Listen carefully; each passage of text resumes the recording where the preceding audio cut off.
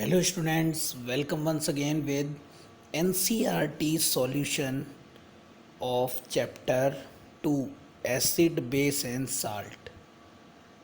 क्योंकि previous lecture तक हम लोग सारे जितना भी टॉपिक थे सारे हम लोग ख़त्म कर चुके हैं, कोई भी टॉपिक लेफ़्ट नहीं है। तो जैसा कि हम लोग करते हैं, पूरा चैप्टर ख़त्म होने के बाद एनसीईआरटी जितने भी क्वेश्चन हैं उनके सॉल्यूशन को एक्सप्लेन करते हैं, क्योंकि बहुत सारे स्टूडेंट होते हैं उनको आंसर तो मिल जाते हैं कहीं ना कहीं से, पर उनको उनके मतलब नहीं मालूम होते, एक्सप्लेनेशन चाहिए होता है। तो सेकंड चैप्टर के जो जो एनसीईआरटी के क्वेश्चंस हैं आज आपको उनके सॉल्यूशन और उनका एक्सप्लेनेशन रीज़न सब मिलेगा। देखते हैं हम लोग वन बाय वन सारे क्वेश्चन कौन कौन से हैं। फर्स्ट क्वेश्चन देखते हैं हम लोग। You have provided the 3 test tube. आपको 3 टेस्ट ट्यूब दी गई। टेस्ट ट्यूब जानते होगे आप लोग, इस तरह से ये लैब में होती है।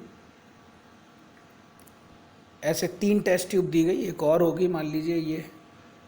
ओके, 3 टेस्ट ट्यूब दी गई। वन ऑफ देम, जिसमें से एक में है डिस्टिलाइड वाटर, मान लीजिए इसमें ए में डिस्टिलाइड वाटर है, and 2 contain an acidic and basic solution. इसमें एसिड है और इसमें बेस है। ओके, पहले में वाटर, दूसरे में एसिड, तीसरे में base. If you have given a red litmus paper, और आपको बताया नहीं गया कि कौन से में एसिड है कौन से में बेस है, जिसने दिया उसे मालूम है, आपको नहीं बताया गया, केवल आपको रेड लिटमस पेपर दिया गया। हाउ विल यू आइडेंटिफाई, आप कैसे आइडेंटिफाई करोगे। अब आपको जब एसिड बेस पढ़ाया था तब बताया था कि रेड लिटमस जो पेपर होता है वो एसिड में कोई वर्क करता नहीं। हाँ, बेस में रेड लिटमस पेपर का जो कलर है वो क्या हो जाता है, रेड से क्या हो जाता है, ब्लू हो जाता है, ठीक है ना। और एसिडिक और जो आपका न्यूट्रल सॉल्यूशन होता है उसमें कोई भी पता नहीं चलता। तो अब ये इसमें पूछा गया था कि आप कैसे आइडेंटिफाई करोगे कौन सा बेसिक है।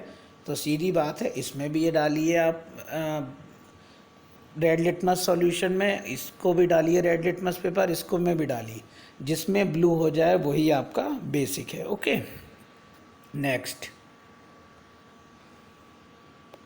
Y should curd and sour substance not kept in brass and copper vessels. बहुत अच्छा क्वेश्चन है ये, बोर्ड को लेके आपका बहुत इंपॉर्टेंट क्वेश्चन है। जितनी भी खट्टी चीज़ें हम लोग वो किस में नहीं रखते, कॉपर या तांबे के बर्तनों में नहीं रखते। देखा होगा घर वाले मना करते हैं कि पीतल या वो सॉरी तांबे का बर्तन है और पीतल के बर्तन वगैरह इन सब में नहीं रखना चाहिए। क्यों? क्योंकि आपने जब एसिड की प्रॉपर्टीज़ पढ़ी थी तो क्या पढ़ा था, एसिड, क्योंकि खट्टी चीज़ है, खट्टी चीज़ है तो एसिड तो हो गई। और आप मान लो कॉपर के वेसल्स में रख रहे हो, कॉपर क्या है, एक मेटल। क्या पढ़ा था हम लोगों ने, acid react with metal to form hydrogen gas. Hydrogen gas बन जाएगी और वो फूड को ख़राब कर देगी, इसलिए हम लोग नहीं रखते। क्लियर हो रहा है। और यही रीज़न लिखा हुआ, देख लीजिए, पढ़ लीजिए। Copper and sour substance contain acid, बिल्कुल सही बात है, सॉर टेस्ट है तो एसिड होगा। Why they are kept in brass and copper vessels, metal react with acid liberate hydrogen gas. Okay, third, which gas is liberate when acid react with metal. वही question है students, उनको दोबारा repeat कर दिया गया। बताओ कौन सी गैस निकलेगी जब एसिड मेटल से रिएक्शन करेगा। तो इस क्वेश्चन को हम लोग नहीं पढ़ते क्योंकि हम लोग पढ़ चुके हैं। नेक्स्ट, मेटल कंपाउंड, कोई मेटल कंपाउंड है, A react with dilute hydrochloric acid, उसकी हाइड्रोक्लोरिक एसिड से रिएक्शन करा दी, टू प्रोड्यूस, और उसने क्या प्रोड्यूस किया, effervescence the gas involve extinguish of burning candle, write the balance equation for the reaction if one compound form A calcium का chloride. देखिए बहुत इजी है, इन्होंने कहा कि एक कोई मेटल कार्बोनेट लो, ठीक है ना, कोई भी मेटल कार्बोनेट ले सकते हो, मेटल लगा होना चाहिए और उसके साथ कार्बोनेट होनी चाहिए, ठीक है। तो सपोज़ करो हम लोग क्या कर लें, हम लोग कैल्शियम ले लेते हैं, ठीक है ना। और क्यों ले लें, ये भी देखो पहचान बताई उन्होंने, क्या बताया कि मेटल कार्बोनेट ले लिया हमने, यानी सी ए मेटल हो गया और ये मेटल का कार्बोनेट।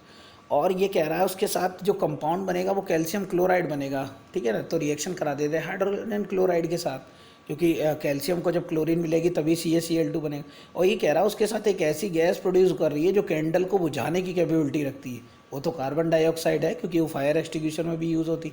तो बनेगा ये जो CO3 है वो CO2 में कन्वर्ट हो जाएगा, H2O निकल जाएगी, ये रिएक्शन हो जाएगी जो नेक्स्ट पेज में दी हुई है। CaCO3 मेटल कार्बोनेट हो गया, रिएक्शन हाइड्रोजन क्लोराइड से हो रही है, CaCl2 बन गया। ये वो गैस है जो कैंडल को बुझाने की कैपेबिलिटी रखती है, और ये hydrogen. Okay, next question, why do HCl HNO3 so acidic behaviour in aqueous solution while compound like alcohol glucose do not so acidic character. मतलब हाइड्रोक्लोरिक एसिड, नाइट्रिक एसिड आपकी एसिडिक कैरेक्टर शो करती है, जबकि glucose और alcohol नहीं करता।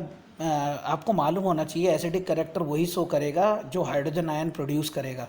देखो नीचे रिएक्शन में लिखा हुआ भी है, ये आपका hydrochloric acid H+ ion produce कर रहा है, और जो है HNO3 ये भी कर रहा है H+, और जबकि ग्लूकोज और एल्कोहल नहीं करते, इसलिए ये एसिडिक जो है वो कैरेक्टर शो नहीं करेंगे। ओके, नेक्स्ट, ये जो क्वेश्चन है आपका क्या है, why does aqueous solution of acid conduct electricity. Very very important for board examination, ठीक है ना। बोर्ड एग्जामिनेशन के लिए अच्छा क्वेश्चन है ये। एसिडिक एक्वस सॉल्यूशन जो है वो इलेक्ट्रिसिटी कंडक्ट क्यों करता है। देखिए इलेक्ट्रिसिटी कंडक्ट करने के लिए क्या चाहिए, आयंस। अभी आपने फ्री इलेक्ट्रॉन मॉडल नहीं पढ़ा, फर्स्ट ईयर में जाके फिजिक्स में पढ़ोगे। फ्री इलेक्ट्रॉन मॉडल क्या होता है, इलेक्ट्रिसिटी कंडक्ट करने के लिए चाहिए होते हैं फ्री आयंस। जो फ्री आयंस प्रोड्यूस करेंगे वो उनमें इलेक्ट्रिसिटी कंडक्ट होंगी। तो एक्वस सॉल्यूशन जो होता है आपका, उनमें जो एसिड है वो आयंस प्रोड्यूस करते हैं, इसलिए एसिड जो इलेक्ट्रिसिटी है वो कंडक्ट होती है। नेक्स्ट,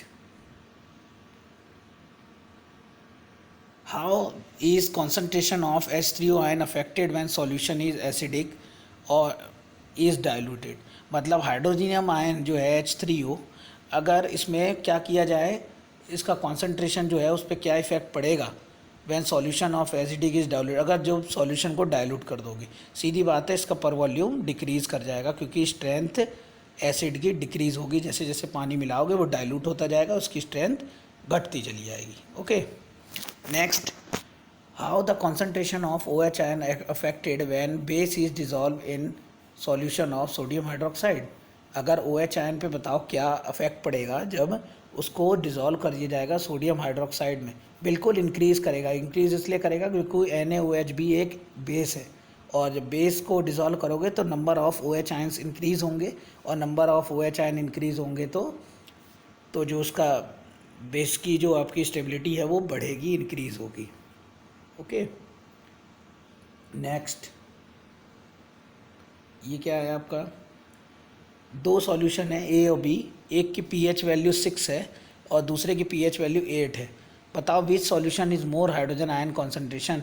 इनमें से कौन से का हाइड्रोजन आयन कॉन्सेंट्रेशन ज़्यादा होगा, कौन सा एसिडिक कैरेक्टर शो करेगा, कौन सा बेसिक। आपको मालूम है 0 to 6 एसिड, 7 न्यूट्रल, 8 to 14 क्या होते हैं, बेस होते हैं। मैंने pH स्केल में पढ़ाया है, pH स्केल का एक अलग लेक्चर है, देख भी सकते हो आप। तो आपका 6 वाला जो है वो तो एसिडिक शो करेगा, और 8 वाला जो शो करेगा बेसिक, ठीक है। उन्होंने विद रीज़न बताया भी है कि जो 7 वाला जो रहता है वो न्यूट्रल होता है, इसलिए जो है आपका ये कौन एसिडिक शो करेगा, कौन basic. Next, what affect does H+ ion have in nature of solution. Concentration H+ ion कैसे वेरी करता है सॉल्यूशन में। देखिए H+ आयन जो है वो वेरी कैसे करेगा, अगर H+ बढ़ते जाएंगे तो ज़्यादा एसिडिक हो जाएगा, आपने पढ़ा था स्ट्रॉन्ग एसिड और वीक एसिड, और कम होते जाएंगे तो बेसिकसिटी बढ़ती जाएगी, यानी वीक बेस होता जाएगा। Next, do basic solution have H ion. क्या बेसिक सॉल्यूशन के पास H आयन होते? बिल्कुल होते हैं। ऐसा नहीं है कि बेसिक सॉल्यूशन के पास H आयन नहीं होते, हाँ कम होते हैं, कम होते हैं, उनमें OH ज़्यादा होते हैं और H कंपेयर में कम होते हैं, इसलिए उनको बेसिक बोलते हैं। ऐसा नहीं कि उनके पास होते नहीं। ये देखिए लिखा हुआ अभी है सॉल्यूशन है H+, बस कंपेयर करो तो कंपेयर करने पे क्या मिलेगा, कम मिलेंगे। Under the soil condition do you think the farmer treat the soil field with quick lime? बिल्कुल सही है। क्या आपको लगता है कि जो फार्मर है उसको सॉइल की कंडीशन ठीक करने के लिए कैल्शियम ऑक्साइड यूज़ करना चाहिए और slack lime calcium hydroxide use करना चाहिए? क्यों? क्योंकि क्या होता है, कभी कभी जो हमारी एसिड रेन आजकल देख रहे हो एसिड रेन बरसती है, तो वो उसका इफेक्ट सॉइल पे भी पड़ रहा है। तो सॉइल जो है वो कभी कभी एसिडिक हो जाती है। तो आपको मालूम है एसिडिक सॉइल को बेसिक करने के लिए क्या करना पड़ेगा, सॉरी उसको न्यूट्रलाइज करने के लिए क्या करना पड़ेगा, कोई बेसिक सॉल्यूशन यूज़ करना पड़ेगा। तो बेसिक सॉल्यूशन ही है आपके कैल्शियम हाइड्रोक्साइड और कैल्शियम कार्बोनेट। तो अगर इसको यूज़ करोगे तो फिर से उसमें क्रॉप प्रोडक्शन होगा, वो सही कर रहे हैं। ठीक है, next, what is the common name of CaOCl2? मैंने बताया था, ये आपका जब साल्ट 01 लेक्चर देखा हो, जो आप साल्ट फैमिली 01 लेक्चर में मैंने बताया था कि क्वेश्चन भी पूछा जाता है आपका किस कंपाउंड का क्या कॉमन नेम है, क्या जो है वो केमिकल नेम है और क्या यूजेज हैं, उसके फार्मूला क्या है। तो CaOCl2 का जो कॉमन नेम था वो ब्लीचिंग पाउडर था। ये देखिए लिखा हुआ है, name the substance which is treated chlorine. ये भी क्वेश्चन मैंने बताया था, बहुत इंपॉर्टेंट है कि what happen when calcium hydroxide react with chlorine to form bleaching powder. तो ये यही क्वेश्चन में पूछ रहा है कि बताओ क्लोरीन किस में मिलाएं कि ब्लीचिंग पाउडर बन जाए, तो कैल्शियम हाइड्रोक्साइड। ओके, इसमें अगर मिलाओगे ये रिएक्शन होगी CaOH का whole twice plus Cl2 equals to यही बन जाएगा bleaching powder CaOCl2 plus H2O। ये रिएक्शन बहुत इंपॉर्टेंट भी है बोर्ड को लेके। Next, name the sodium compound which is use to softening hard water. मैंने बताया भी था आपको कि सॉफ्ट वाटर को हार्ड, जो आपके सॉफ्टिंग करने में यानी हार्ड वाटर को सॉफ्ट करने में किसका यूज़ करते हैं, सोडियम कार्बोनेट का यानी वॉशिंग सोडा का।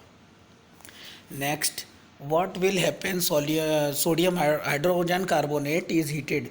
क्या होगा जब सोडियम हाइड्रोजन कार्बोनेट को हीट करेंगे? वेरी इंपॉर्टेंट रिएक्शन, पूछा भी जाता है कि कई बार जो है केक स्पंजी क्यों होते हैं, तो उसके लिए यही रिएक्शन लिखी जाएगी क्योंकि कार्बन डाइऑक्साइड गैस प्रोड्यूस होती है। ये बहुत इंपॉर्टेंट रिएक्शन है आपकी बोर्ड को लेके ये। Okay, next, write the equation to slow the reaction between plaster of Paris and water. Plaster of Paris और write the equation show the reaction between plaster of Paris and water. Plaster of Paris और water के बीच की आपको reaction देनी है, यानी plaster of Paris क्या होता है, CaSO4 हाफ H2O, बोलो। और जब आप इसकी रिएक्शन कराओगे, क्या करोगे वाटर के साथ, तो ये बना लेगा फिर से जिप्सम, CaSO4 और 2H2O ये बना लेगा। ठीक है, 1.5 H2O लेंगे हम लोग, तो ये फिर से ये देखिए पीछे रिएक्शन पूरी लिखी हुई भी है। देखो POP का फॉर्मूला होता है CaSO4 हाफ H2O, जब इसकी 1.5 H2O से रिएक्शन कराएंगे जिप्सम बन जाएगा ये। ओके, नेक्स्ट, ये आपके टिक मार्क्स हैं। ये solution turn red litmus to blue, red को ब्लू में चेंज करेगा तो बेसिक होगा, बेसिक होगा तो उसकी pH वैल्यू कितनी होगी, 8 से ऊपर, यानी 1 तो होगी नहीं, 4 होगी नहीं, 5 होगी, 10, इसका 10 सही होगा। Okay, next, sub question number second, solution react crush egg shell and gives a gas turn lime water to milky. बताओ एक क्रश एग सेल जो है वो कौन सी गैस देती है आपकी, वो आपकी देगी हाइड्रोजन क्लोराइड। इसका एग्जांपल भी दिया हुआ है इसमें, एक्टिविटी में है आपके NCERT में। Question number 3, 10 ml solution of NaOH। NaOH को लिया हमने टू बी कंप्लीट न्यूट्रलाइज करने के लिए 8 ml ले लिया hydrogen chloride. We will take same solution 20 ml NaOH। तो बताओ कितना लेना पड़ेगा न्यूट्रलाइज करने के लिए, 16 लेना पड़ेगा। क्लियर है, क्यों? क्योंकि सेम नंबर ऑफ, जब तक बेसिक नहीं लेंगे तब तक एसिड न्यूट्रलाइज नहीं होगा, या सेम बेस को न्यूट्रलाइज करने के लिए सेम एसिड हमें चाहिए होता है।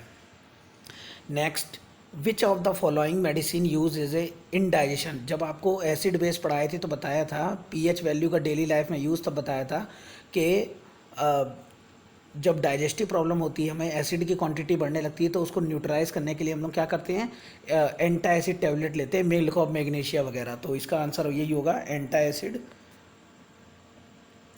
ये रिएक्शन देनी है आपको डाइल्यूट सल्फ्यूरिक एसिड की जिंक के साथ, हाइड्रोजन क्लोराइड की मैग्नीशियम के साथ, मैग्नीशियम क्लोराइड बन जाएगा, सल्फ्यूरिक एसिड की एल्यूमिनियम के साथ, एल्यूमिनियम सल्फेट बन जाएगा। हाइड्रोजन क्लोराइड की रिएक्शन करानी है आयरन के साथ, ठीक है। तो ये तो ओनली रिएक्शंस हैं।